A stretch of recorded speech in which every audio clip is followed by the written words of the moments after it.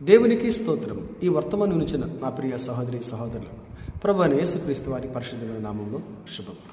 ఈ సాయంకాల ఆశీర్వాద ప్రార్థనకు మిమ్మలను ప్రేమతో ఆహ్వానిస్తూ ఉన్నాం. ఈరోజు వాక్యాంశం, కోల్పోయిన ప్రతిదీ తిరిగి పొందాడు ఎలా?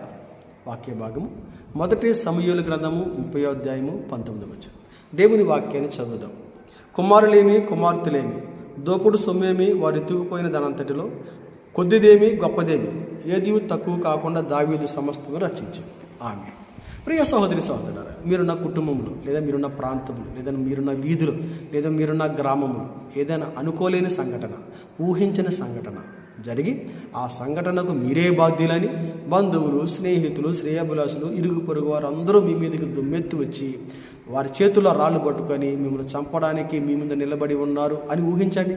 అది ఎంత భయానకమైన పరిస్థితి, ఎంత కన్నీటి గాథ. అలాంటి పరిస్థితి దావీదు గారి జీవితంలో ఒకరోజు సంభవించింది.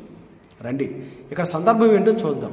ఇశ్రాయేలు ప్రజలను పరిపాలన చేస్తున్న సౌలు రాజు చేతిలో నుండి తప్పించుకోవడానికి దావీదు మహారాజు ఆయా ప్రాంతాలకు తిరుగుతూ సిక్లాగ్ అనే ప్రాంతానికి వచ్చి తన భార్య, పిల్లలు సమస్తం అక్కడ గుడారాలు వేసుకొని నివాసం ఉంటూ ఉన్నారు. దావీదుతో పాటు దావీదు గారి యొక్క అనుసరులు కూడా కొంతమంది వారితో పాటు ఉండి వారి భార్య, పిల్లలందరూ సమస్తం సిక్లాగ్ ప్రాంతంలో నివాసం ఉంటూ ఉన్నారు. ఆ సిక్లాగ్ ప్రాంతము ఫిలిష్తీయుల సర్దారుల ఆధీనంలో ఉన్న ప్రాంతం. ఒకసారి ఏం జరిగిందంటే, దావీదు భక్తుడును తన అనుచరులు ఫిలిష్తీయుల సర్దారులతో మాట్లాడి తిరిగి వస్తున్న క్రమంలో అమాలేకులు హఠాత్తుగా వచ్చి సిక్లాగ్ ప్రాంతం మీద దండెత్తి ఆ పట్టణాన్ని కాల్చేసి ఆడవాళ్ళని, పిల్లల్ని, సంపదంతా దోచుకొని వెళ్ళిపోతూ ఉన్నారు. దావీదు భక్తుడు తన అనుచరులు వచ్చే వారి నివాసాల దగ్గరికి వచ్చేసరికి అంతా బూడిదైపోయింది. అక్కడ అంతా పొగే, ఏమీ లేదు.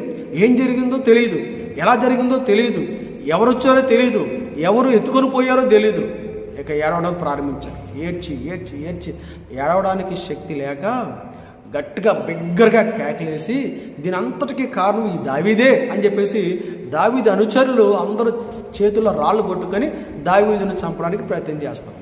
ప్రియ సహోదరి సహోదరులారా, ఇలాంటి సంఘటన మన జీవితంలో మనకి ఎప్పుడైనా ఏర్పడితే మనము దావీదు భక్తుడు ఎలా తేరుకున్నాడో దాన్ని ఆలోచించి ఆ విధంగా మనం తేరుకోవాలి.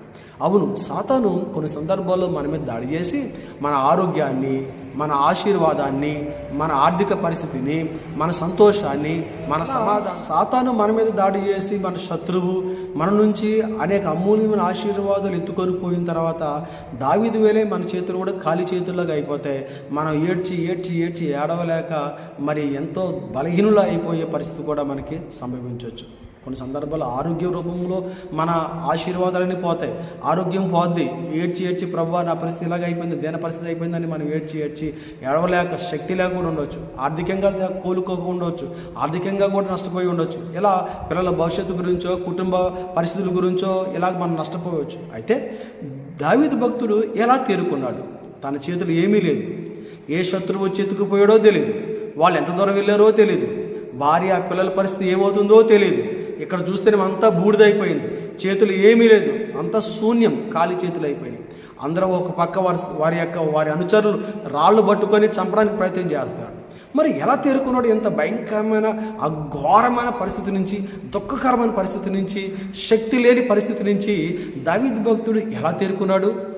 ప్రియ సహోదరి సహోదరులారా, ఆశ్చర్యం, దేవుని కార్యాలు గొప్ప. దేవుని బిడ్డారా, దావీదు భక్తుడు ఎలా తేరుకున్నాడు అంటే, మరి మొట్టమొదటిగా యెహోవాను బట్టి బలపరచబడ్డాడు. ఇదే అధ్యాయములు 30వ అధ్యాయం 6వ వచనంలో. అవును, తన చుట్టూ ఎవరు లేరండి, తనతో ఉన్నవారు తనను చంపడానికి చూస్తున్నారే, తన భార్యను, పిల్లలను, సంపదంతా శత్రువు ఎత్తుకుపోయాడే, తను ఒంటరివాడు అయిపోయాడు, తనతో ఎవరు లేరు. ఒంటరివాడు అయిపోయినప్పుడు, ఎవరు లేనప్పుడు భయపడలేదు.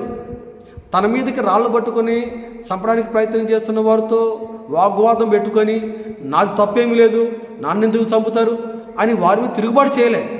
అలాగే పిరికొల్లా కూడా ఉండలే. అలాగే భయపడి ప్రభువా అంతా కోల్పోయాను ప్రభువా, నేను బతకను ప్రభువా, నేను చచ్చిపోతాను ప్రభువా అని వ్యర్థమైన మాటలు మాట్లాడలేదు. దేవుని బట్టి బలం తెచ్చుకున్నాడు.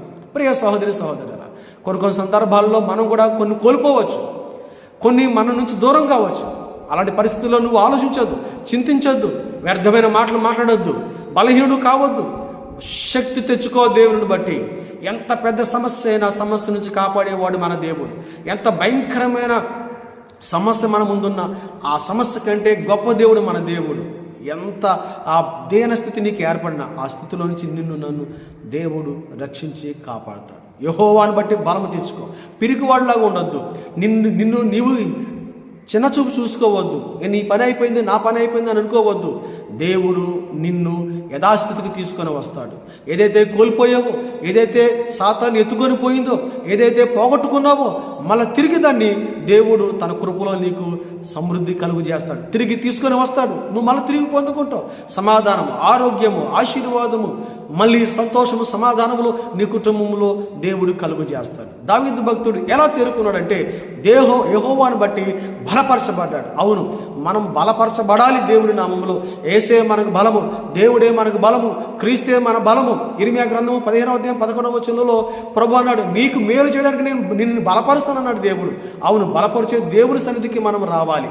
యెహోవాను నమ్ముకున్నవాడు ధన్యుడు అని ఇర్మీయా గ్రంథము 17వ అధ్యాయం 7వ వచనంలో రాయబడింది.